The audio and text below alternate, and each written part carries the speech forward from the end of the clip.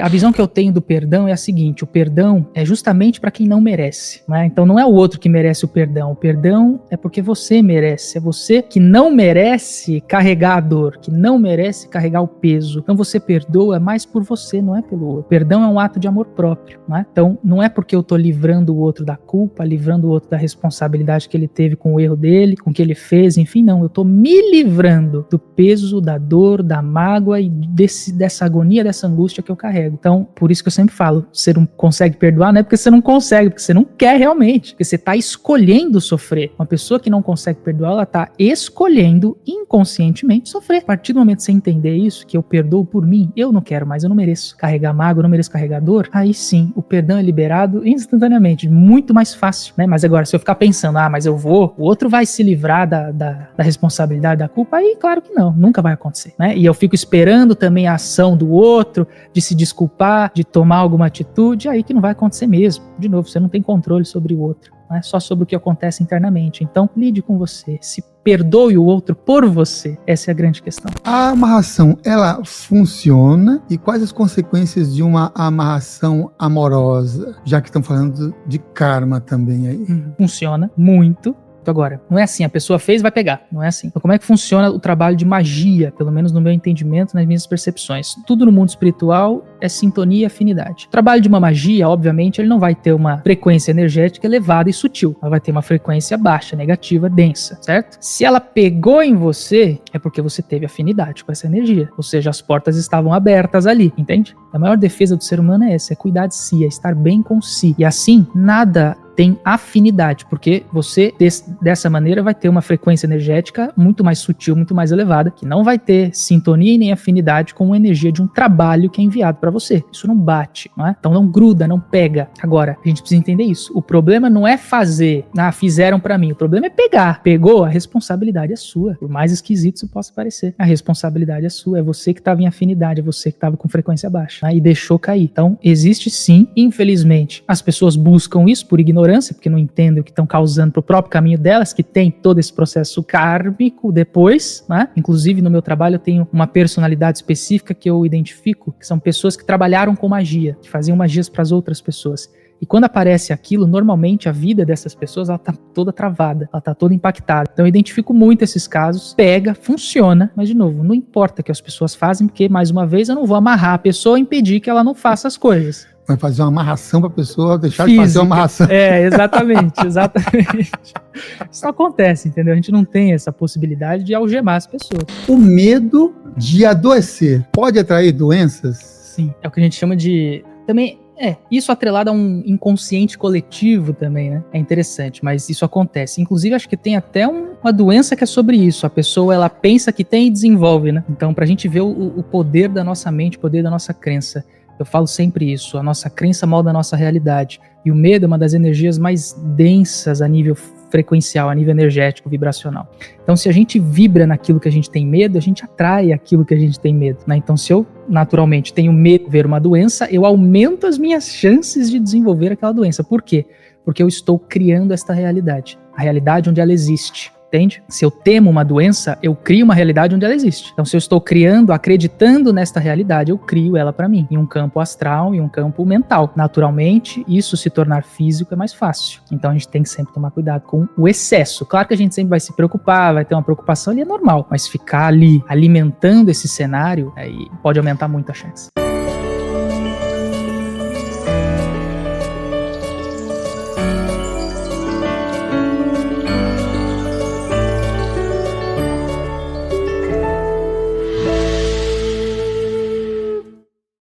Seja bem-vindo a mais uma edição do programa Consciência Próspera, esse programa de entrevista que completou 15 anos de existência em março de 2025 e mais de 1.000 convidados já passaram por aqui compartilhando suas histórias de vida, seus conhecimentos, suas vivências, tudo aquilo que de alguma forma inspira e traz aquelas conexões legais, interessantes nessa trilha espiritual. E hoje nós vamos receber aqui pela primeira vez aqui no estúdio, falando sobre a linguagem das doenças e o poder da autocura, Henrique Toni. Bem-vindo, Henrique! Ei, que prazer poder estar aqui, conhecer você também.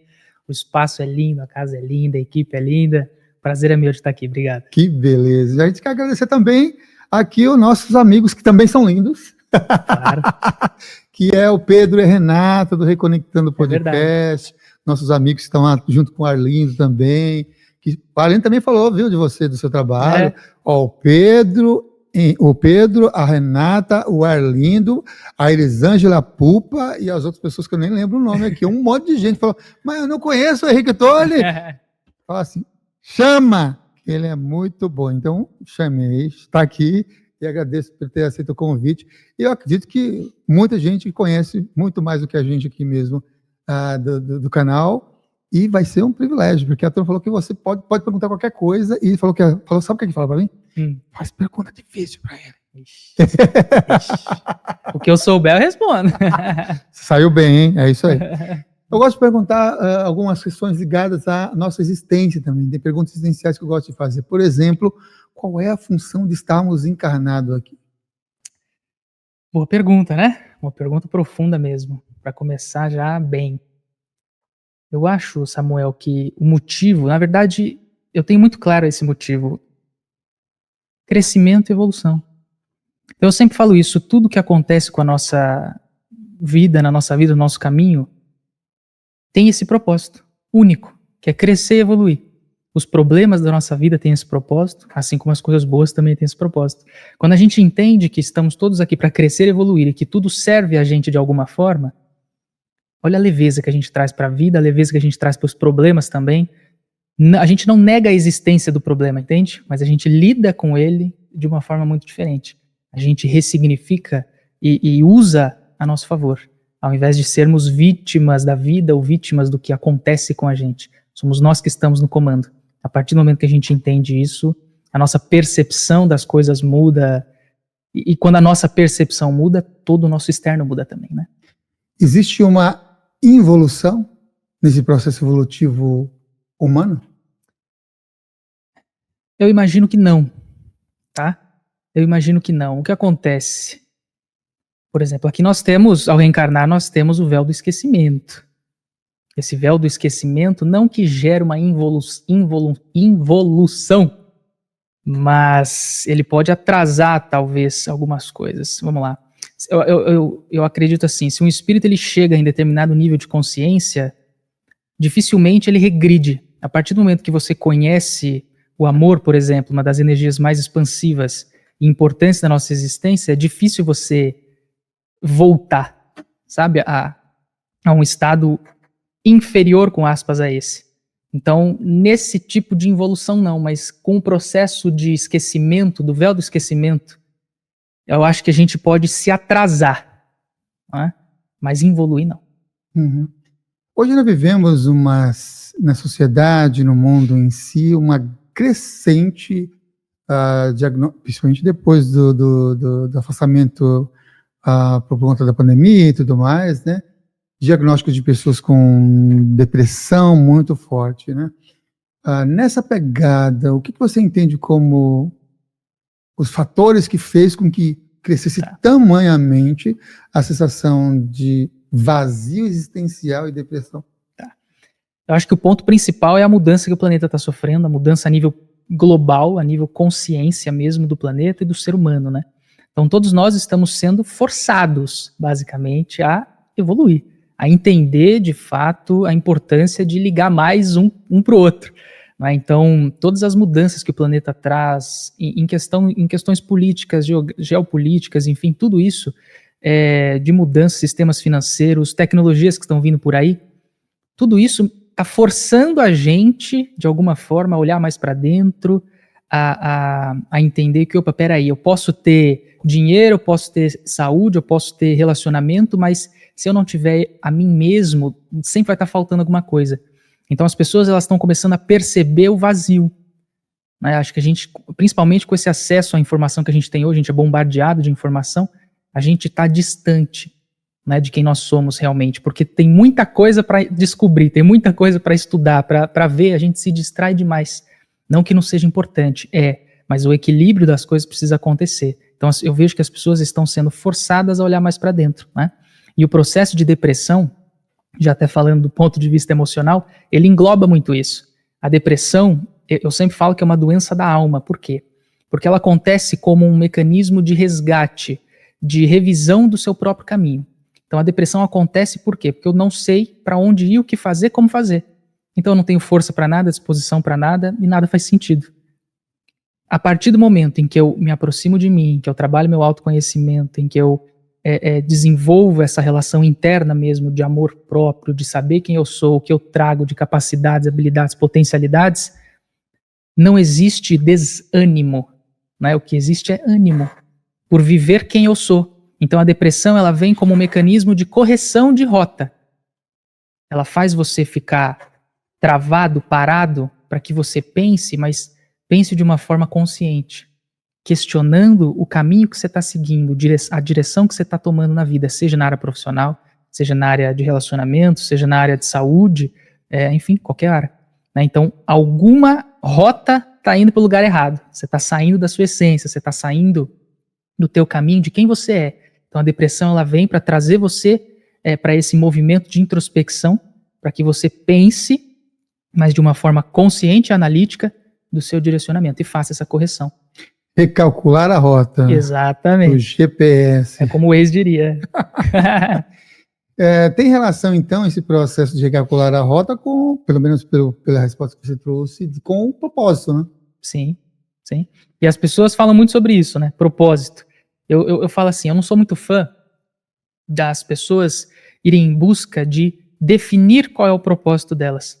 Até porque, e se você definir errado? Entendeu?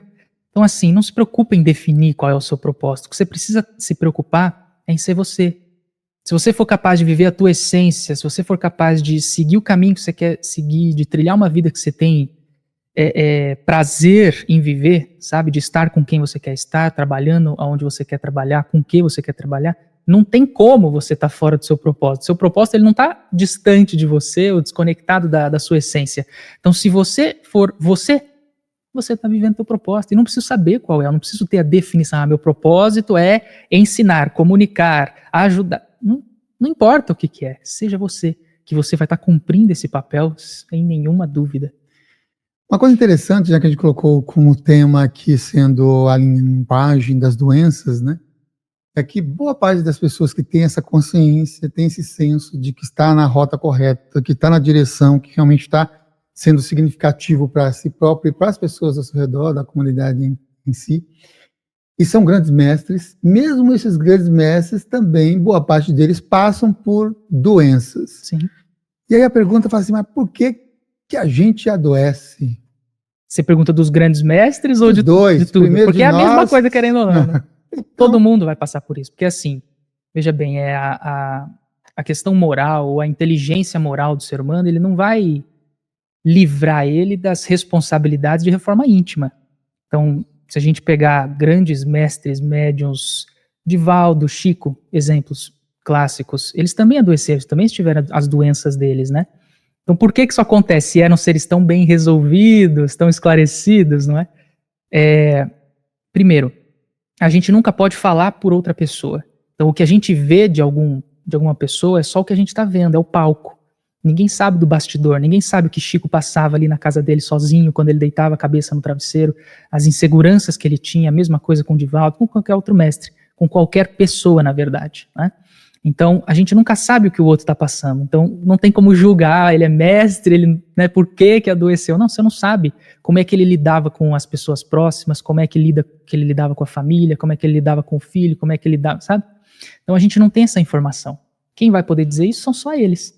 Né? Então tem até muitos casos, por exemplo, que eu faço as interpretações das doenças e aí a pessoa fala assim, mas minha mãe não era assim. Entendeu? E eu falo, olha, então, talvez ela fosse, mas você não saiba. Talvez ela tinha esse sentimento, mas você não sabe. Então quem pode falar é só a pessoa. Né? Então isso não livra os grandes mestres de terem as suas provações através de somatizações emocionais. Uhum.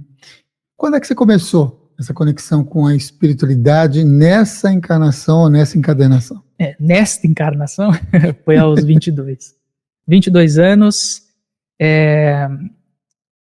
eu entrei pela Umbanda, né, foi minha porta aí de entrada para a espiritualidade, fiz todo o meu desenvolvimento mediúnico lá, aprendi muita coisa lá, sou uma pessoa muito observadora, então sempre busquei observar ao máximo e aprender com isso. Eu aprendo muito olhando.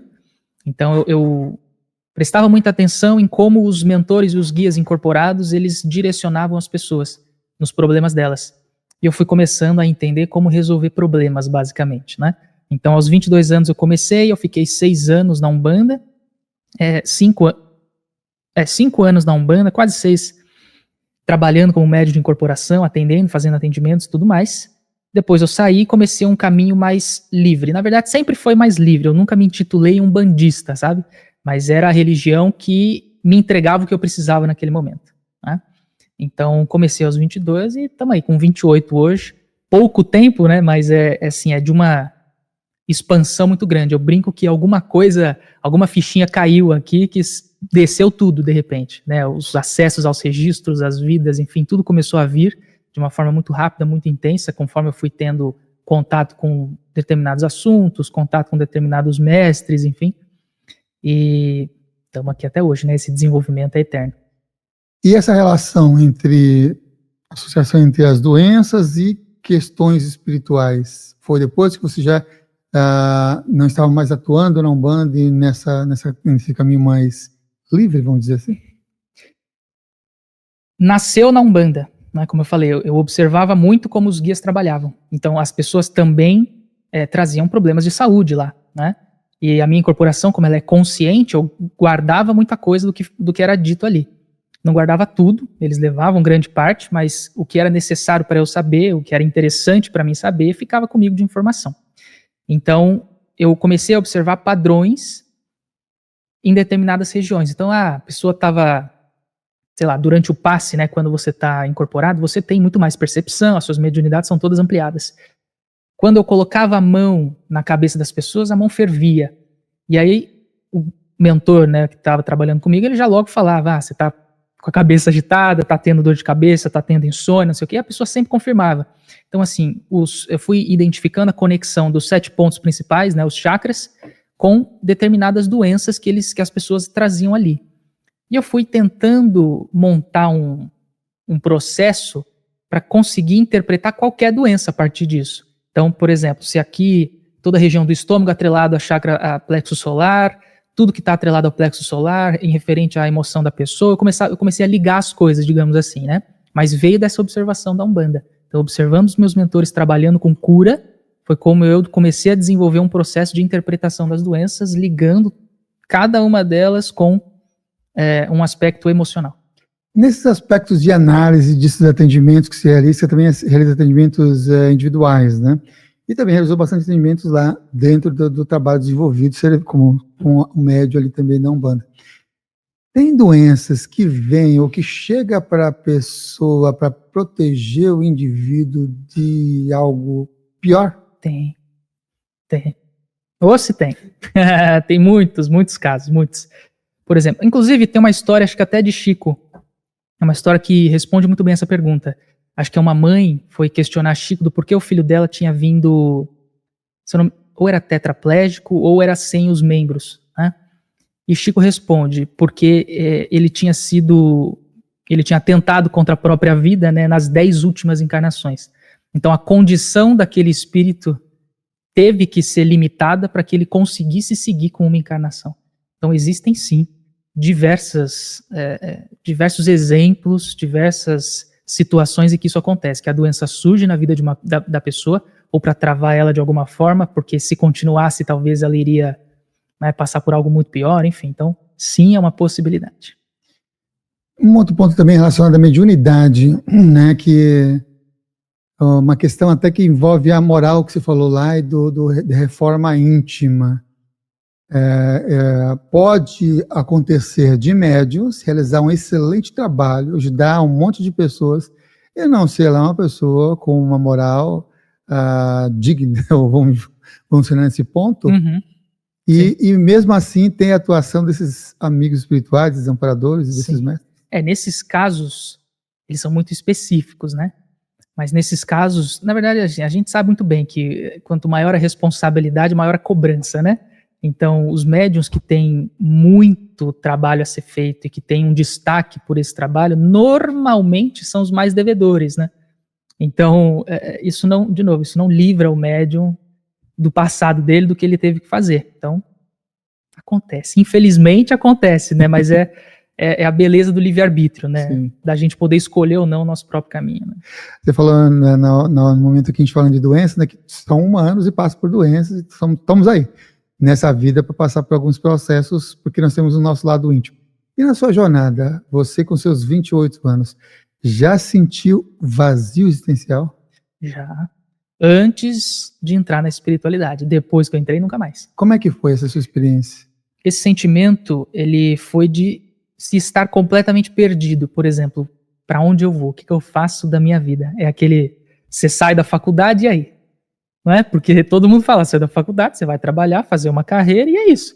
Mas sair da faculdade não tinha trabalho, e aí? Faço o que agora? Não é? Porque a cartilha deu errado aqui. Então eu era uma época que eu estava mandando muito currículo, não estava recebendo resposta de nada. E assim, eu nunca duvidei de mim, eu nunca tive uma autoestima baixa, sabe, de achar que eu não conseguia, não era capaz. Muito pelo contrário, eu sempre fui muito confiante do meu trabalho, do que eu conseguia fazer e entregar. Mas eu não tinha resposta nenhuma. E quando eu tinha, era negativa. Né?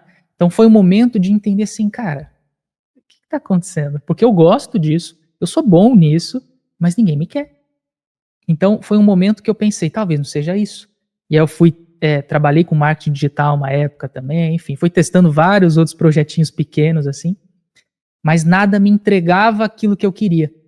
E uma coisa interessante é que desde pequenininho eu nunca soube dizer o que eu ia ser. A pessoa perguntou, o que você quer ser? Eu falei, não sei o que eu quero ser, porque não se fala, né, de terapeuta como profissão, não se fala de espiritualidade como profissão. Né? Então eu não fazia ideia, desde pequenininho eu nunca tive essa clareza. A única coisa que eu sabia eu falava, eu não quero trabalhar atrás de uma cadeira, atrás de um computador, quer dizer, né, sentado numa cadeira o dia inteiro. Hoje eu acabo fazendo isso, querendo ou não, né? Mas de uma forma agradável, né? Mas enfim, eu só tinha essa certeza de que eu não queria isso, né? Então, mas eu não fazia a mínima ideia da existência desse mundo, desse universo com 18, 19 anos ali, né? Eu saí da faculdade com 21. Então, 21 anos também não fazia ideia. Aí eu tive esse momento de vazio, de falar, o que eu faço da minha vida? Nada que eu tô fazendo tá dando certo, tá dando resultado, eu não tô sentindo preenchimento nenhum do que eu entrego, sentido nenhum do que eu tô fazendo. Eu tava até ganhando dinheiro com uma área de marketing digital já, mas era aquilo, eu sentava, eu ficava, cara, eu vou fazer isso pro resto da minha vida? Não, entendeu? Então não é uma coisa que preenche. Eu acho que é importante a gente trabalhar com o que a gente ama e quer e tem vontade de fazer, porque essa coisa é o que preenche. E esse preenchimento, ele tira o desânimo, ele tira a depressão, ele tira o vazio. Né? Então foi esse momento que eu estava vivenciando. E aí eu comecei a conhecer a espiritualidade, entrei na Umbanda e foi. Bom, você conheceu então lá depois que saiu aqui nos 21. Os seus pais, famílias, então, nenhum deles tinha alguma conexão com espiritualidade, com essas temáticas? Nessa época, não que eu soubesse, né? Mas eu tenho uma tia que ela já era da Umbanda há acho que 7 anos, só que ela não falava para a família. Talvez por medo de preconceito, né? Mas depois que meu avô faleceu, foi quando ela começou a abrir esse lado, meu pai também começou a ter mais interesse, enfim. Mas da minha família, pai, mãe, irmão, eu sou o único que fui para esse caminho e que sempre teve mais, né, curiosidade com essas coisas. Eu tô arrastando meus pais agora. Né? O meu irmão, ele tá meio relutante ainda. Não relutante, mas ele é pai, né? Então é aquela coisa mais difícil. Mas os meus pais eu já tô trazendo comigo, trazendo junto, e eles também estão passando por um processo muito bonito. Aqui no canal, quando se fala de mediunidade, muitas pessoas questionam e colocam aqui nos comentários também, abaixo do vídeo, sobre como é que ela pode lidar quando ela é um médium esponja, onde sai, onde ela vai, ela busca tudo e vai puxando tudo para ela. Isso é delicado porque são várias coisas que podem ser feitas, né? E depende de cada caso, do nível dessa esponja, né? Porque se for um nível muito absurdo, tem que desenvolver mediunidade, tem que trabalhar. Né? É um chamado que a pessoa tem que ela pode estar negando. Se for num nível muito grande, né? A pessoa passa mal, não consegue ir em shopping, tem que desenvolver, tem que trabalhar, provavelmente. Ela tem chamado de trabalho, né? Mas, como acontece com a maioria das pessoas, eu imagino, que é mais tranquilo, não é num nível tão absurdo, é buscar, primeiro ponto, o conhecimento, entender como as energias funcionam, o que são energias, e buscar autoconhecimento também, saber o que é seu. Porque quando a gente puxa muita coisa dos outros, a gente, por exemplo, eu tô feliz aqui, de repente eu fico triste. Tem sentido? Isso é meu? Eu não sou assim. Então é saber diferenciar, é saber, né, distorcer isso um pouco. Distorcer não, separar isso um pouco, né? Então, quanto mais você se conhecer, mais facilidade você vai ter para lidar com essas oscilações que essa absorção de energia, essa esponjinha, pode gerar para você. Então, buscar autoconhecimento e conhecimento, os dois. Uhum. Isso é um ponto da energia. Aqui, você já viu que a gente começou aqui com os elogios do Henrique Tony, que é tudo gente bonita, gente bonita e gente boa. Mas pode ser que existam ambientes que alguém esteja acompanhando a gente que estão lidando com situações um tanto quanto difíceis, notadamente pessoas. Então a pergunta é, o que essa pessoa pode fazer? Ela não tem esse privilégio de você estar à frente do computador ou tatuando, por exemplo, com essas energias assim bem interessantes e que te engrandece. Às vezes ela tem que fazer aquele trabalho das 8 às 5 ou das 8 às 18, algumas pessoas, e ela lida com pessoas muito difíceis. E ela, que dica que se daria para essa pessoa em relação à energia mesmo, processo de proteção energética para a pessoa que lida com situações desafiantes ali na empresa, naquele lugar de trabalho dela? Olha, nesses casos onde o contato é inevitável, né? Eu gosto muito de trabalhar com pedras, cristais. Eu sou muito fã disso. Aqui vai muito do gosto da pessoa. Eu imagino que o cristal, ele tem essa questão de ter mais afinidade com determinadas pessoas. Eu, particularmente, gosto mais dos roxos coloridos, né? Então, a ametista é um cristal que eu sou apaixonado, a labradorita, é uma pedra fantástica também. Um pingentinho, um colarzinho ativado, claro, não é só comprar um colar, sair usando e achar que tá causando já, né? Mas não. Tudo precisa ser ativado, né? Tudo tem consciência, tudo tá vivo, mas precisa ser ativado aquilo. O reino mineral, ele precisa de ativação, de programação, assim como o vegetal. Então, consagrar essa pedra com o propósito que você deseja, né? E como eu falei, a escolha da pedra é muito particular para mim, né? Tem gente que gosta de usar turmalina, tem gente que fala que não pode usar no cardíaco, enfim, tem várias, né, linhas de raciocínio. Para mim é o seguinte, o que funciona para você tá certo, o que você se sente bem tá certo. Se você acha que tá protegido, se você tem a crença naquilo, tá tudo certo, a crença é o que mais importa, não é o objeto, entende? Então isso, e também não ligar tanto para as pessoas. O que eu quero dizer com isso? Saber separar o que é seu e o que é do outro, sabe?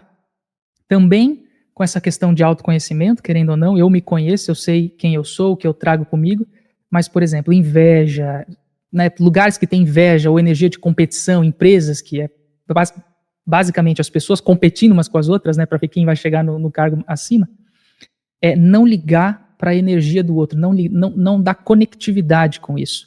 Então, por exemplo, Henrique, mas estão fazendo mal para mim. Tá, deixa fazer. Você controla o que a pessoa vai fazer? Você vai amarrar a pessoa numa cadeira para ela não fazer mais nada na vida? Não, então você não tem poder sobre o outro, você tem poder sobre você. Então cuida da tua emoção, cuida do teu pensamento. É aqui que a gente tem que trabalhar, é aqui que a gente tem controle, então é onde a gente precisa focar. E muitas pessoas ficam ligando para o que os outros estão fazendo com elas. Mas puxaram meu tapete. Mas falaram mal de mim pro meu chefe. Deixa falar. Faz o teu, foca em você. Se você é uma pessoa boa, íntegra, tá fazendo tudo certo, fique em paz. Você não precisa provar para as pessoas que você é boa, entendeu? Então, assim, e se acreditarem na pessoa que falou mal de você, não é o teu lugar. Não é para você ficar lá mesmo. Então, entenda, a vida está a seu favor, tudo flui a nosso favor, né? Então, a gente precisa ter essa clareza. Isso ajuda bastante a gente a lidar com esses ambientes carregados energeticamente por conta da energia das outras pessoas, né? Isso e um cristalzinho, eu sou muito fã. Vamos fazer para a parte prática, então. Se você fosse consagrar esse cristal, cianita azul, para a proteção, para ensinar para as pessoas também, ó. Se adquirir um cristal ou sentiu que o seu cristal de sintonia é esse, olha aí o Henrique agora vai fazer uma ativação desse cristal para vocês terem aí, o passo a passo já. Perfeito. Primeiro assim, a ativação de uma pedra, para mim, ela é muito pessoal. Eu não gosto de rezos específicos, de orações específicas. Tudo tem que vir do coração, tudo tem que vir da conexão que você tem com aquela coisa. Seja o que for, uma pedra ou qualquer outro objeto. É assim que a gente consagra, né, alguma coisa. Então isso é sempre muito pessoal. O que eu faço, basicamente, é ter uma conversa com o objeto, né? Então a gente segura o objeto na mão, a gente sente a energia desse objeto, se conecta com ele, agradece a existência, sempre eu gosto de começar fazendo isso, agradecendo a existência desse objeto, né, dele estar onde ele tem que estar, e eu começo a conversar com ele, né? Primeiro, ativo todas as suas propriedades, ativo todas as suas energias ocultas, dormentes, enfim, e converso sinceramente com ele, pedindo aquilo que eu quero. Se isso é para proteção, que isso corte toda a energia negativa, que você seja capaz de me proteger do que for malicioso para mim, enfim. E eu começo a ter essa conversa. E aí vem de dentro, tá? Eu deixo fluir. Aqui, quando eu consagro alguma coisa, eu vou indo, né? Eu não vou fazer isso aqui, porque senão a gente vai longe. Mas é sempre ter essa conversa interna com o objeto, né? E de sentir a energia dele. É se conectar mesmo. Isso é o mais importante. O objeto, na verdade, pouco importa. O objeto, o que mais importa, na verdade, é a crença, é a intenção que você coloca naquilo. Mas se você pegar um coco, que temos aqui do nosso lado, vocês não estão vendo, mas tem um coco aqui. Pode abrir a câmera que dá para ver. Vai abrir a câmera para ver o coco. Tá lá o coco. Não precisa daqui. Tá lá. Tem a terceira câmera aqui. Tá ali. Então, se você acreditar que esse coco vai ser um portal para você de conexão com a energia da natureza, ele vai ser. Entende? Então, o que importa é a crença, é o que você coloca no objeto. Né? Maravilha. Iago Mihael, você Eu. vai passar os recadinhos, ver se o microfone está ligado. Já, tudo certo. Tá Câmera, tudo microfone, certo, entrando agora. então, 3, 2, 1, vamos entra aí. lá. Microfone também. Recadinhos. Sim, recadinhos. Vamos lá. Bom, como vocês sabem sempre, pessoal, primeiro vou começar pelo Clube Consciência. Para quem está chegando agora e não sabe o que é o Clube Consciência, é um grupo que a gente tem no WhatsApp, onde a gente utiliza ali para a gente ter um tete-a-tete. Então, a gente coloca lá as entrevistas, a gente coloca lá os trailers, sorteios, cortes, todas as novidades que estão acontecendo aqui pelo Consciência Próspera, a gente vai colocando lá, então é uma forma da gente estar mais próximo, da gente ter esse contato mais direto, tá bom? É um grupo no WhatsApp, mas é um grupo silencioso, então não tem bom dia, boa tarde, boa noite, é apenas um informativo das coisas que estão acontecendo aqui pela nossa comunidade da Consciência Próspera, tá bom? Esse é o primeiro recado. Segundo recado, terapias bioxamânicas. Vocês sabem, para quem já tá aqui, sabe que eu sempre venho falando do terapias bioxamânicas, que é o nosso xodó. Se você gosta do xamanismo, você está começando a flertar com a ideia dos animais de poder, dos totens, enfim, a gente das jornadas xamânicas, eu sempre recomendo terapias bioxamânicas. É um curso, tá? De 9 meses, ele é presencial, então durante esses 9 meses vai ter ativação ali dos potenciais essenciais da consciência por meio das vivências xamânicas, e assim, diversas vivências, cada mês é realmente uma jornada, tem bastante coisa e vale muito a pena. É um curso teórico e prático, tá? Então tem muitas oficinas, para você que já é um terapeuta e quer ter novas ferramentas para auxiliar, ou é um professor e quer expandir mais um pouquinho sobre o conhecimento em relação ao xamanismo, super recomendo. Ou se você sou eu, e semelhante a mim, entusiasta do xamanismo, quer conhecer mais, quer utilizar essas ferramentas para si mesmo e para as pessoas ali que estão ao seu redor, também recomendo, vale muito a pena. Se você ficou interessado, entre em contato nesse número aqui, que aí a gente manda certinho o que tem nos módulos, como funciona o curso, as datas, já está tudo programado, a gente começa lá em julho, se eu não me engano, tá bom? É isso aí, esses recadinhos que eu tinha para dar. Maravilha, esse foi o Iago Mihael, aqui com a gente nessa nossa transmissão, deixando aqui alguns recadinhos importantes, né? Se você está gostando, também curta e compartilhe com outras pessoas esses conhecimentos. O medo de adoecer pode atrair doenças? Sim. É o que a gente chama de... Também, isso atrelado a um inconsciente coletivo também, né? É interessante, mas isso acontece. Inclusive, acho que tem até uma doença que é sobre isso. A pessoa, ela pensa que tem e desenvolve, né? Então, para a gente ver o poder da nossa mente, o poder da nossa crença. Eu falo sempre isso. A nossa crença molda a nossa realidade. E o medo é uma das energias mais densas a nível frequencial, a nível energético, vibracional. Então, se a gente vibra naquilo que a gente tem medo, a gente atrai aquilo que a gente tem medo. Né? Então, se eu, naturalmente, tenho medo de desenvolver uma doença, eu aumento as minhas chances de desenvolver aquela doença. Por quê? Porque eu estou criando esta realidade, a realidade onde ela existe, entende? Se eu temo uma doença, eu crio uma realidade onde ela existe. Então, se eu estou criando, acreditando nesta realidade, eu crio ela para mim, em um campo astral, em um campo mental. Naturalmente, isso se tornar físico é mais fácil. Então, a gente tem que sempre tomar cuidado com o excesso. Claro que a gente sempre vai se preocupar, vai ter uma preocupação ali, é normal, mas ficar ali alimentando esse cenário, aí pode aumentar muito a chance. Você citou o corpo mental, o corpo astral. Como é que é a sua visão, então, desses desses corpos energéticos, ou esses envoltórios energéticos, em relação à conexão com o corpo físico? Eu não me apego a essas metodologias. Eu cheguei a estudar sobre isso já, mas eu não gosto de ficar me apegando do corpo emocional, do corpo mental, e búdico, e ático. Eu não sou muito fã dessas terminologias. Eu entendo assim, a gente separa o corpo físico, a mente e a consciência.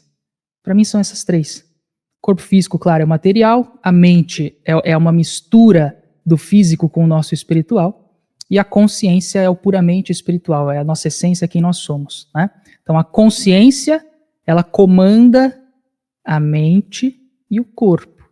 E o corpo acaba sendo um espelho, sempre do que a consciência traz ou deixa de trazer. Essa é a forma que eu gosto de enxergar as coisas. Eu dou uma simplificada. Eu entendo que tem todas essas terminologias e tudo mais, a importância dessa separação também, mas para o meu trabalho, por exemplo, eu não utilizo. Então eu acabo não tendo muito contato com isso, sabe? Separando dessas três formas, isso já me entrega aquilo que eu preciso saber da pessoa. Que foi aquilo que você fez aquela análise lá depois dos seus estudos, e que foi associando com os chakras, e você pegou esses três, sendo uma linguagem para você bem natural, é isso? Fluido. Sim, mais simples e que responde o que eu preciso. Uhum. Claro que se eu quiser, por exemplo, em processo de apometria, aí sim, talvez a gente precise se aprofundar em determinados corpos, porque a raiz de um problema pode estar em determinado corpo. Mas como eu não trabalho com isso, eu acabo não apegando muito, entende? Para o que eu faço, essa divisão em três, para mim, é perfeita. Você falou sobre inconsciente coletivo. Você podia trazer também uma ideia de como é que esse inconsciente coletivo ele é formado, e quais são e complementar com quais são os sinais de que alguém está preso a padrões energéticos subconscientes negativos? Tá? O inconsciente coletivo é aquela, por exemplo, a pandemia que a gente teve agora, né?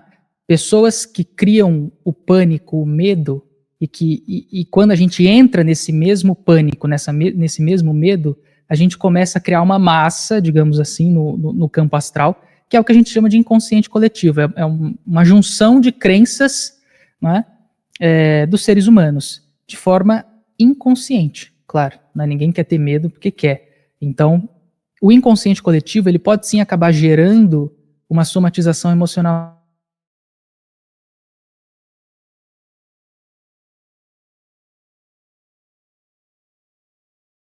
com uma coisa que está acontecendo com todo mundo, ou que todo mundo está falando, pode acabar criando essa mesma realidade para mim, tá? A outra pergunta que você fez era mais complexa. Era para entender como é que ele pode...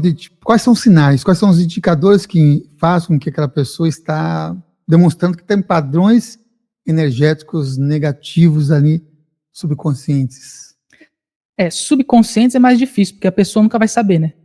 Que é subconsciente. Então, através, de novo, eu sempre bato na tecla do autoconhecimento, porque a gente tem que buscar ferramentas diversas que vão nos entregar informações diversas sobre quem nós somos e o que nós trazemos com a gente já.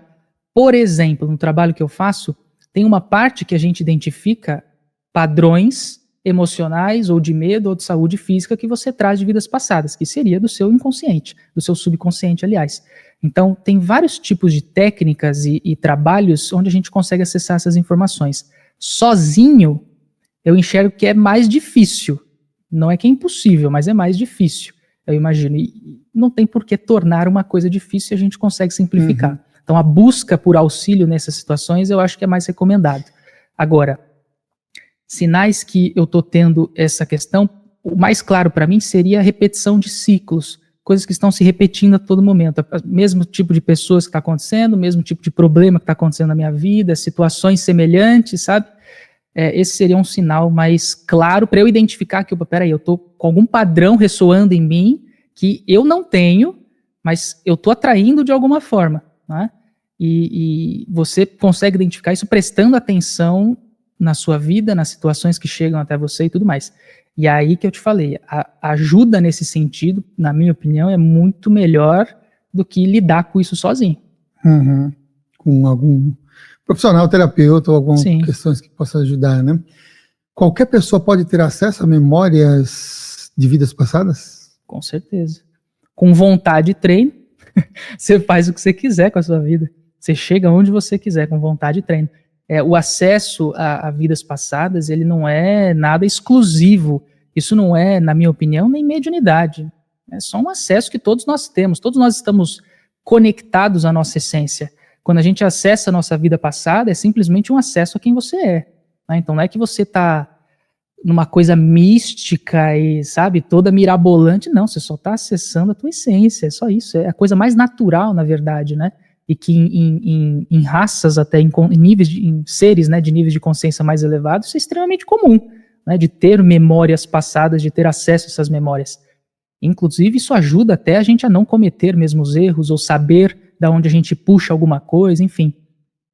Por exemplo, quando a gente faz trabalho de apometria, de regressão, a gente consegue identificar, opa, peraí, eu estou trazendo uma dor de uma vida onde eu fui soldado, eu estou trazendo uma dificuldade na tireoide porque eu já fui decapitado, enfim, sabe? Então, ter esses acessos é muito valioso e qualquer pessoa pode ter, ou em processos terapêuticos, ou em meditação bem feita, bem guiada, né, estruturada e treinada, claro. Não é assim, do nada vou lá, vou sentar, vou fazer, pode não acontecer na primeira vez, né?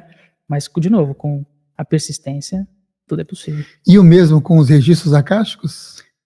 Mesma coisa. Mesma coisa. A crença do ser humano, a vontade do ser humano tem um poder que a gente ainda não compreende, não compreende, mas não entende o tamanho, né, que tem essa questão, o poder que a gente tem. Então, se a gente decidir que quer alguma coisa, dificilmente isso não acontece. Mas é uma decisão, com convicção, não é querer. Você percebe a diferença? Eu não quero, não, eu decido, eu vou fazer. É uma convicção, é firme. A partir do momento que você decide alguma coisa, dificilmente você não consegue fazer. E qual a sua opinião sobre a distinção, ou como distinguir entre a chamada destino, karma e puras circunstâncias biológicas, por exemplo, nos casos das doenças? Tá. Eu imagino assim, o destino, eu não vejo ele como algo já estabelecido e que não vai mudar por nada no mundo. Tá? O destino é o planejamento que existe, ou seja, está escrito a lápis. Está tudo escrito a lápis, o que você vai passar, o que vai acontecer, quando, quem você vai conhecer. Isso já está escrito. A nossa encarnação, ela é muito bem planejada. A vida, ela traz essa inteligência de uma forma impecável. Então, para mim, o destino é isso, é a escrita a lápis. Se vai acontecer ou não, é onde entra o livre-arbítrio. Né, do caminho que eu vou querer seguir, de como eu vou estar lidando com as coisas, com o véu do esquecimento, com todas as situações que estão me acontecendo, com os testes que aparecem no nosso caminho, com as provações, né, que vão sim trazer grandes mudanças, enfim. Então eu enxergo dessa forma. Agora, existem coisas que estão sim programadas para acontecer, mas podem ser alteradas. Por exemplo, se você tem ali no seu registro encarnatório, no seu planejamento encarnatório, de você passar por uma grande cirurgia na perna que te debilite por 6 meses, mas você está fazendo um trabalho espiritual magnífico e extremamente impactante, a espiritualidade ela pode mexer uns pauzinhos, digamos assim, e falar, ó, você ia ficar parado 6 meses, ia ter um acidente, mas não, vamos só torcer, né, ficou esquisito, né, mas vamos só diminuir isso, né, isso é reduzido para uma torção, por exemplo, a pessoa ficar 1 mês ali parada, entende? Então, existem essas compensações por... É isso que eu imagino. E você associa, então, o karma, o livre-arbítrio, com o processo reencarnatório, a reencarnação. O karma, na verdade, é a lei hermética, né, causa e efeito. Eu enxergo o karma dessa forma. Tudo bem que karma é ação, mas eu enxergo dessa forma, de ação e reação, não é uma punição. Isso é muito importante a gente esclarecer também, porque muitas pessoas entendem, é karma, então é uma coisa ruim. Não, não é. Nem sempre. Então, o karma é só consequência da tua própria escolha, da tua própria ação, né? E você vai estar colhendo tudo que você planta, você colhe, é básico. Então, o karma, eu tenho essa visão. Não é algo ruim, não é uma punição, né? É consequência. Ou seja, é karma se a pessoa casou com aquela pessoa que está apoiando ela todos os dias. É consequência, você quis, né? Você que decidiu. Então, sim. E aí tem pessoas, inclusive, nesses casos, que fica doente de amor e até expressa isso como essa palavra, inclusive. Eu fico doente de amor. E aí essa pessoa, vai em busca de um negócio que antes aqui em São Paulo tinha bastante nos postos, que é a amarração. A amarração, ela funciona? E quais as consequências de uma amarração amorosa?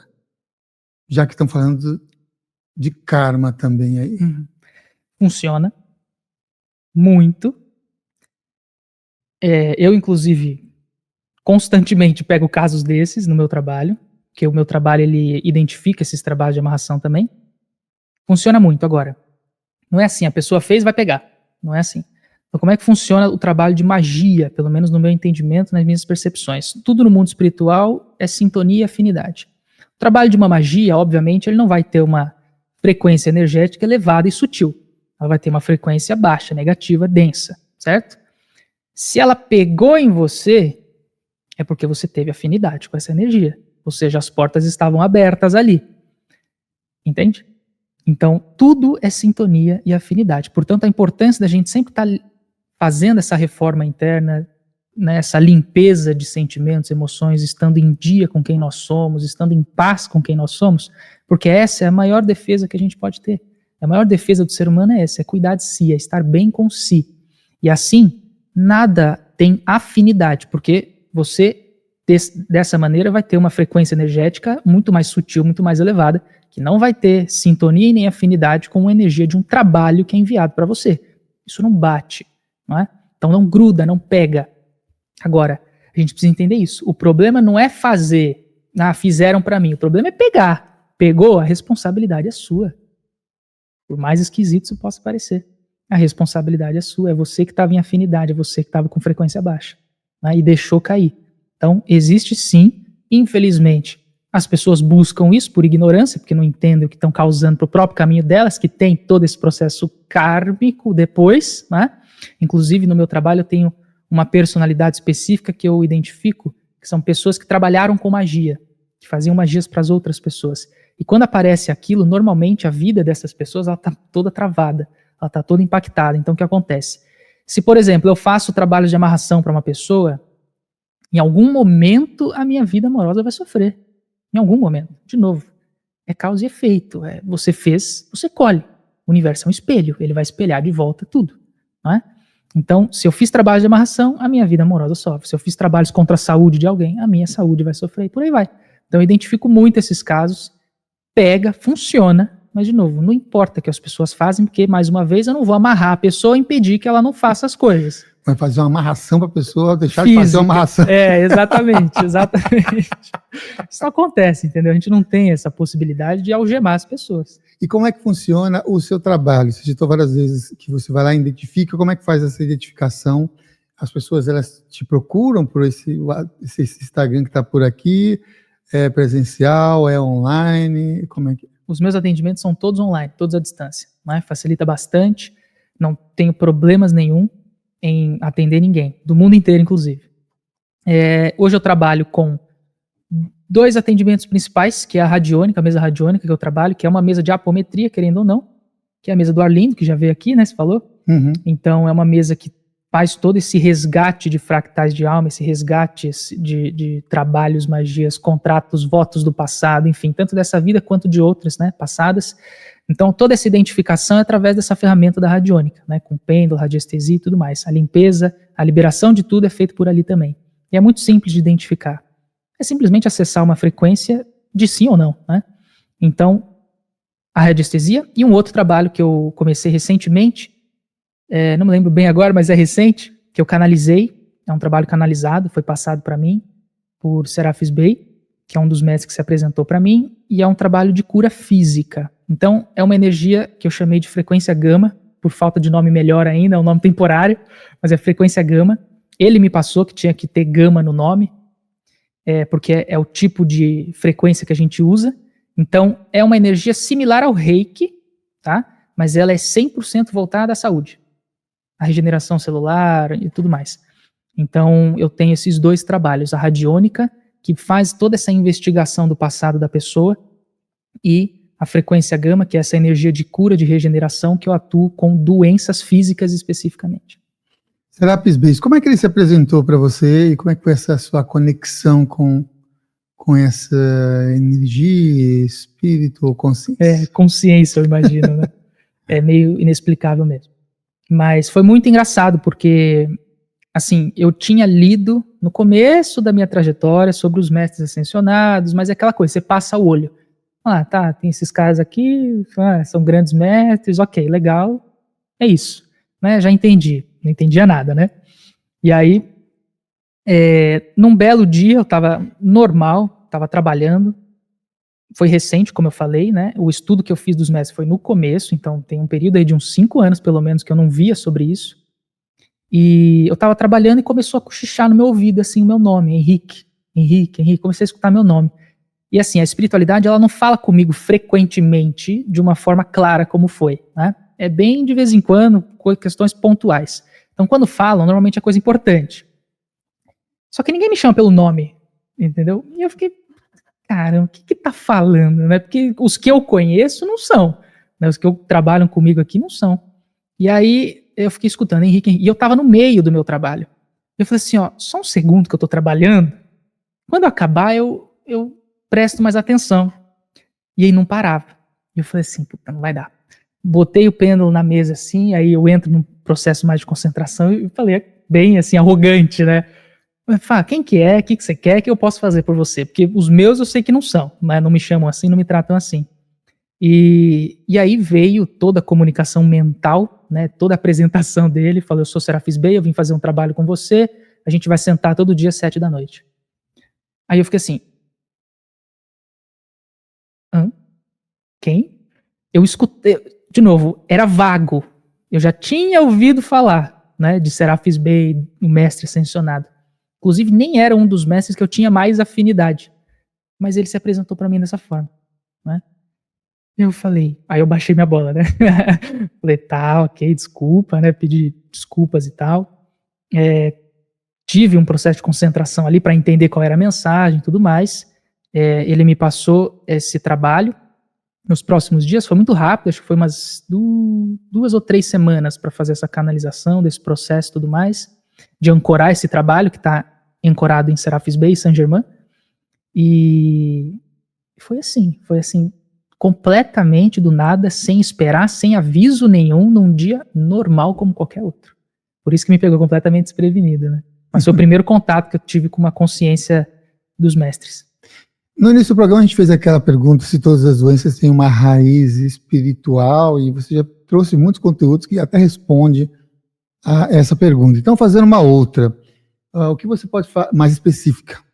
Que a gente pode pegar algumas específicas, que pode ser que as pessoas se identifiquem até com algumas delas. O que você pode falar sobre as doenças autoimunes? Porque tem bastante... Quando a medicina não sabe...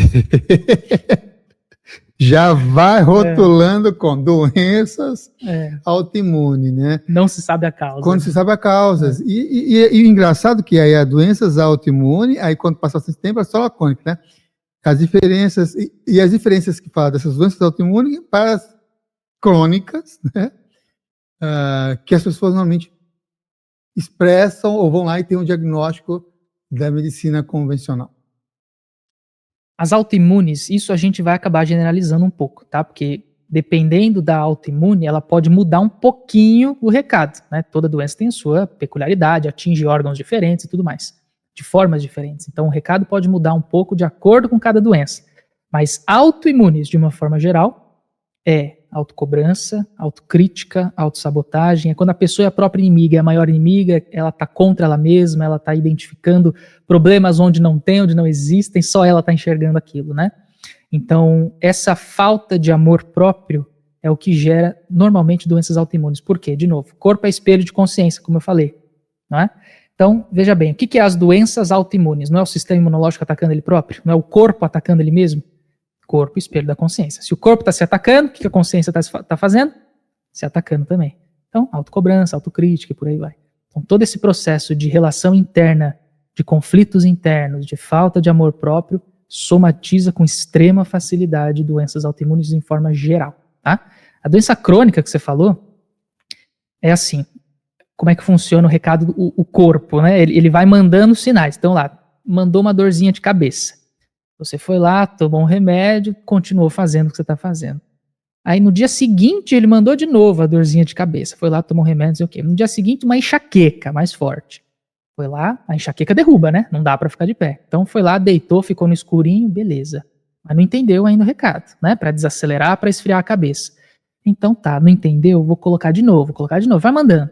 Chega num ponto que o corpo, ele fala assim, ó, me cansei. Quer saber? Não ouviu? Agora vai ouvir. Então tome enxaqueca crônica. A todo momento vai ter. Porque não ouviu quando eu quis falar, agora eu vou gritar. Entende? Então a crônica é quando a gente nega, quando a gente negligencia, na verdade, os recados que foram dados muitas vezes. Tá? Normalmente é disso. Ou de padrões que já são muito fortes. E esses padrões, inclusive, a gente pode herdar de vidas passadas. Bom, a gente tem uma série de emoções, né? A gente fez aqui até um episódio, um dia desses, comentando os dois filmes, as duas coisas divertidamente, que fala sobre emoções e tudo mais. Né? Vou fazer uma pergunta ligada a uma emoção. Raiva. Como lidar com a raiva? Raiva. Isso é importante. Primeiro ponto. Não tem problema nenhum sentir raiva. Não tem problema nenhum sentir tristeza. Não tem problema nenhum sentir coisas ruins. Isso é importante. O que importa é o tempo em que você sente. É o quanto você alimenta aquele sentimento. Não é? Então, é assim que eu enxergo as coisas.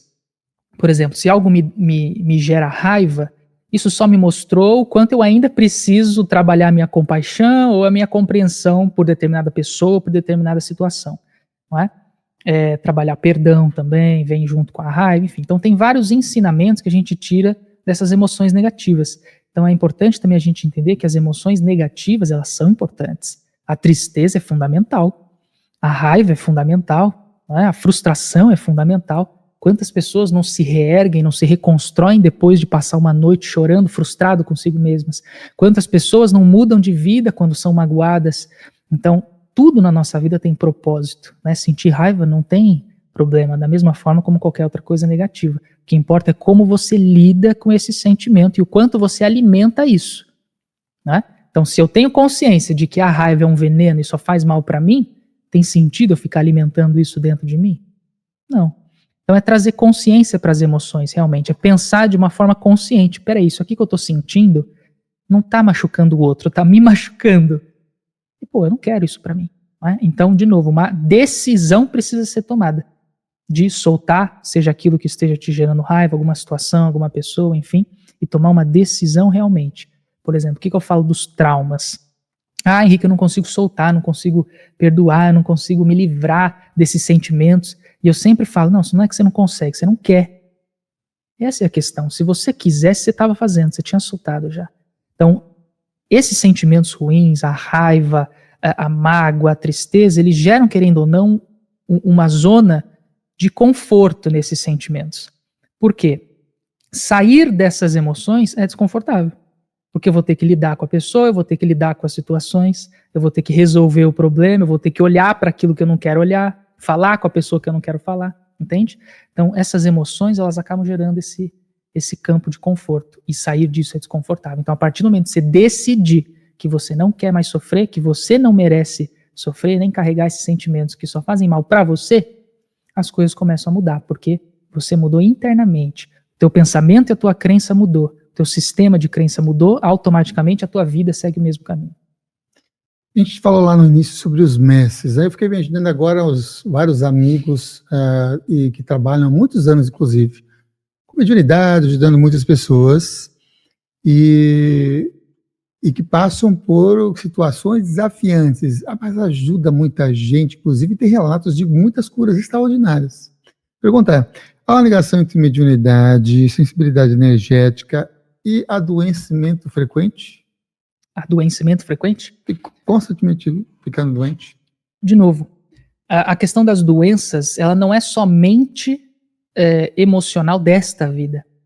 A gente traz padrões de outras vidas já. Isso explica, por exemplo, as doenças congênitas, certo? As doenças congênitas que já nascem com a gente são referentes a padrões do passado que estão completamente enraizados no nosso ser, no nosso espírito. Quando a gente reencarna, esses padrões se manifestam instantaneamente de tão enraizados que eles são. Com essas pessoas é a mesma coisa, não é porque, de novo, ela tem mediunidade que ela é especial, não é porque ela tem mediunidade que ela está isenta de dificuldades, de problemas durante a vida, não é? Então, ela vai ter as dificuldades da mesma forma como qualquer outra pessoa tem. Ela também tem conta para pagar, ela também precisa comer, né? Então, ela vai ter as mesmas dificuldades que qualquer outra pessoa. Claro, com uma cobrança um pouquinho maior, talvez, né? Uma responsabilidade também maior, mas às vezes atrelada a uma dívida maior também, né? Uma questão que ela está resgatando e que ela mesma quis passar por essa situação para fazer justamente esse resgate, para dar esse salto consciencial de evolução. Vamos tocar nesse assunto, a materialização, a multiplicação dos boletos. Como é que os curadores lidam com a energia do dinheiro? Fantástico. Existe muito tabu, né? Para quem é espiritualista, para quem é terapeuta, a respeito de dinheiro, né? Todo mundo fala, mas você não... que absurdo você cobrar, né, para me atender, que absurdo. Gente, é um trabalho como qualquer outro. Eu estudei, eu gastei tempo, dediquei, eu também como, né, eu preciso pagar minhas contas, preciso ter um teto para morar. Então, assim, existem muitas crenças a respeito disso na área da espiritualidade.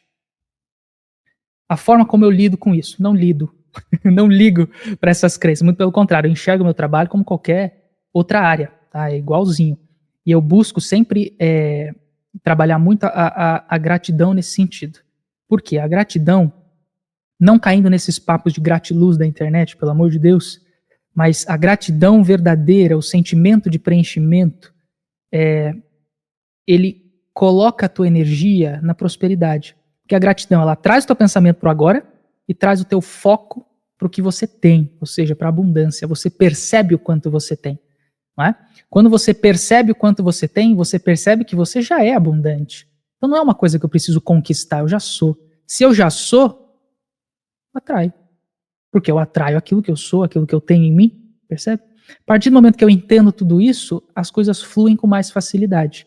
Né? Então eu faço muito isso comigo, e eu falo muito isso para as pessoas também, porque eu atendo muitas pessoas com dificuldade financeira também. Né? E eu falo exatamente isso. A escassez, por exemplo, ela não é a falta de dinheiro, a falta de recurso, não ter as coisas. A escassez está na sua mente, está na sua mentalidade. Se eu te dar 10 milhões na sua mão agora, mas você tiver uma mentalidade de escassez, você vai sentir que está faltando ainda, sendo que não vai estar faltando absolutamente nada, né? Materialmente falando, pelo menos. Então, assim, sempre buscar vibrar na gratidão, que é o oposto da escassez, na minha opinião. Escassez é perspectiva de falta, gratidão é perspectiva de abundância. São opostos, entende? Então, quando eu trabalho na energia da gratidão, de agradecer o quanto eu já tenho, automaticamente a minha energia entra em ressonância com a prosperidade, diferente de quando eu fico focando nas coisas que eu não tenho. De novo, não tem problema nenhum você querer ter as coisas, você querer viver bem, você querer ter conforto, luxo. Muito pelo contrário, isso traz muito conforto, muita alegria, muita felicidade para você e para os seus.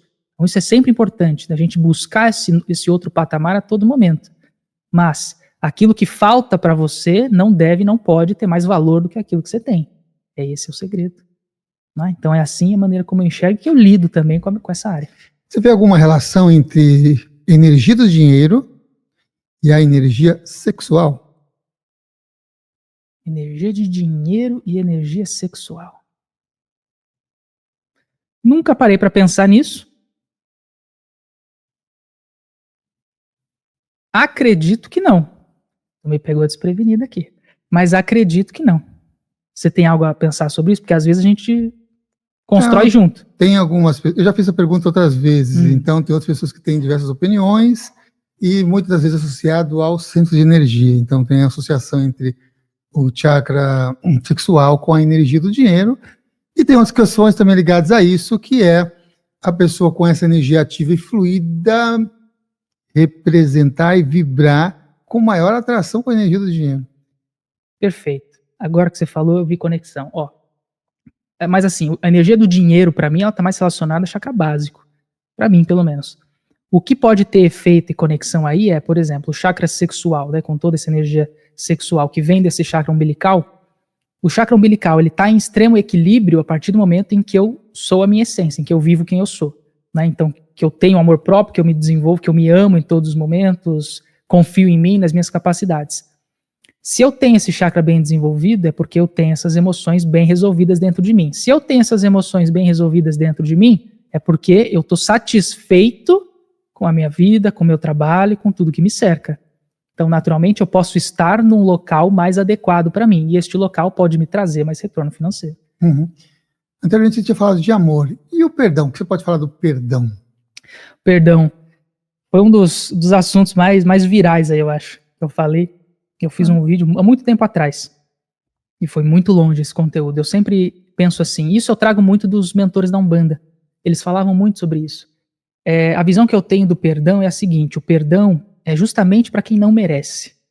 Né? Então não é o outro que merece o perdão é porque você merece, é você que não merece carregar a dor, que não merece carregar o peso. Então você perdoa mais por você, não é pelo outro. Perdão é um ato de amor próprio. Não é?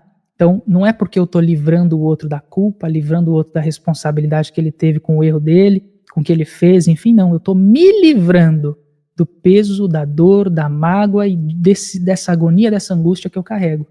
Então, por isso que eu sempre falo, você não consegue perdoar, não é porque você não consegue, porque você não quer realmente, porque você está escolhendo sofrer. Uma pessoa que não consegue perdoar, ela está escolhendo inconscientemente sofrer. A partir do momento que você entender isso, que eu perdoo por mim, eu não quero mais, eu não mereço carregar mágoa, eu não mereço carregar dor, aí sim, o perdão é liberado instantaneamente, muito mais fácil. Né? Mas agora, se eu ficar pensando, mas eu vou, o outro vai se livrar da responsabilidade, da culpa, aí claro que não, nunca vai acontecer. Né? E eu fico esperando também a ação do outro, de se desculpar, de tomar alguma atitude, aí que não vai acontecer mesmo. De novo, você não tem controle sobre o outro, né? Só sobre o que acontece internamente. Então, lide com você, se perdoe o outro por você. Essa é a grande questão. Você vê o planeta hoje, vou pegando um gancho nisso que você acabou de trazer em relação a sofrimento, você vê hoje o planeta como essa visão mais, vou dizer, de doutrina espírita que vai determinar aqui o planeta de provas e sofrimentos, ou você tem uma outra visão desse planeta da qual a gente está encarnado aqui? Isso é um grande dilema dentro de mim, sabia? Que ao mesmo tempo em que eu entendo o sistema de provas e expiações, o véu do esquecimento, querendo ou não, ele tem algo que não faz muito sentido, né? Porque se você faz uma besteira e entende que é uma besteira, você não vai fazer de novo, né? Então por que a gente esquece? Entende? Então é um grande dilema dentro de mim. Eu não tenho uma visão muito formada, mas eu tendo mais para o lado do espiritismo, desse planeta de provas e expiações, onde a gente está passando por um momento de crescimento, evolução e salto quântico consciencial, né, para podermos estar em lugares mais evoluídos e mais adequados. Eu tendo mais para esse lado, mas uma pulguinha na minha orelha sempre fica ali cutucando e fala, cara, isso aqui é esquisito. Esse véu do esquecimento é esquisito, a famosa roda de Sansara. Né? Então, complexo, mas é algo que eu acho que eu só vou ter clareza quando eu voltar para o lado de lá, entende? Algumas pessoas que vieram aqui também no programa falam de algumas repercussões da madrugada, de acordar às 3 da manhã, outros também vão trazer as repercussões de números repetidos, e outros vão trazer uma dificuldade de não conseguir dormir. Então, como se livrar dos pesadelos e da insônia, principalmente nas grandes metrópoles? A maioria dos comentários, em porcentagem, vieram da grande metrópole. Né? Os pesadelos, eu gosto assim, a gente sempre tem que tomar muito cuidado com o que a gente está fazendo antes de dormir, né? Então, se você está assistindo um filme de terror antes de dormir, você está facilitando a coisa, entendeu? A espiritualidade negativa, eles são muito inteligentes, né? Eles sabem usar os mecanismos da nossa própria mente contra a gente. Então, se a gente tem imagens pré-prontas ou, né, já formuladas de coisas feias ou coisas que nos assustam, naturalmente isso é usado contra nós. Né? Por isso que eu até não gosto de assistir filmes de terror e não assisto, de maneira nenhuma. Não alimento a minha mente com essas imagens nem com essas questões. Isso é um ponto.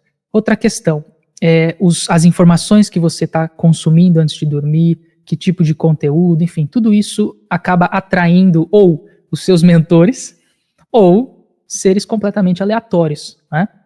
Porque toda noite, quando a gente dorme, a gente sai do nosso corpo, todo mundo entra em projeção ali. Alguns vão para longe, alguns ficam pairando em cima do próprio corpo, mas a gente sempre sai, né? O descanso que a gente dá para o nosso espírito, né? Sair dessa casca que prende e limita. Então, assim, tomar cuidado com os conteúdos, O que eu gosto de passar para as pessoas muito é um exercício prático que é muito fácil.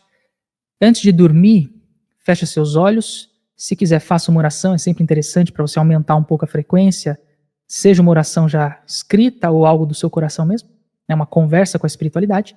Mas um exercício que eu gosto de visualizar uma luz azul que começa aqui na sua testa, ela vai se expandindo e envolvendo o teu corpo inteiro. E mantém essa luz.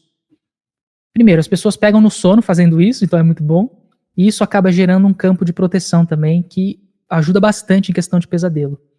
E em relação à insônia que você falou, né?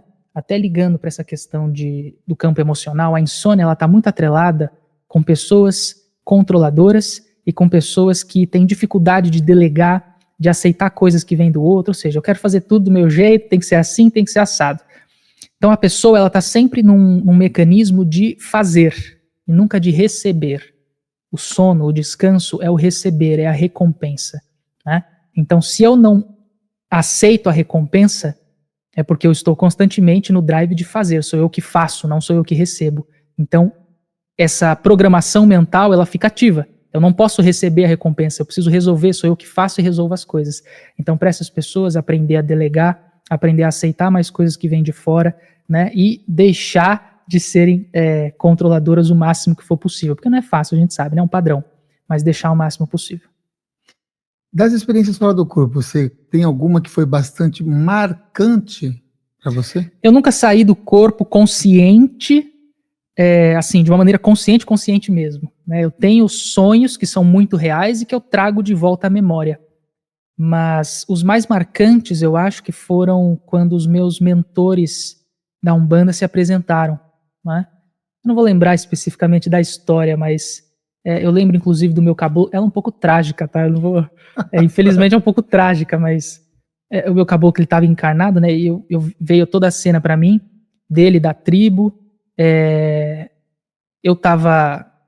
sofreu uma invasão ali, foi todo mundo, né? Enfim, então é meio trágico, mas esse sonho foi muito marcante para mim, porque ele contou a história dele, a conexão que eu tinha com ele, né? Que a gente fazia parte da mesma linhagem, da mesma família. Então foi o mais marcante para mim. Teve do Exu também, teve de vários ali. Os mais marcantes foram de Umbanda. Eu já tive sonhos também muito marcantes de cura e de cirurgias, que eu faço do outro lado também, enquanto eu durmo.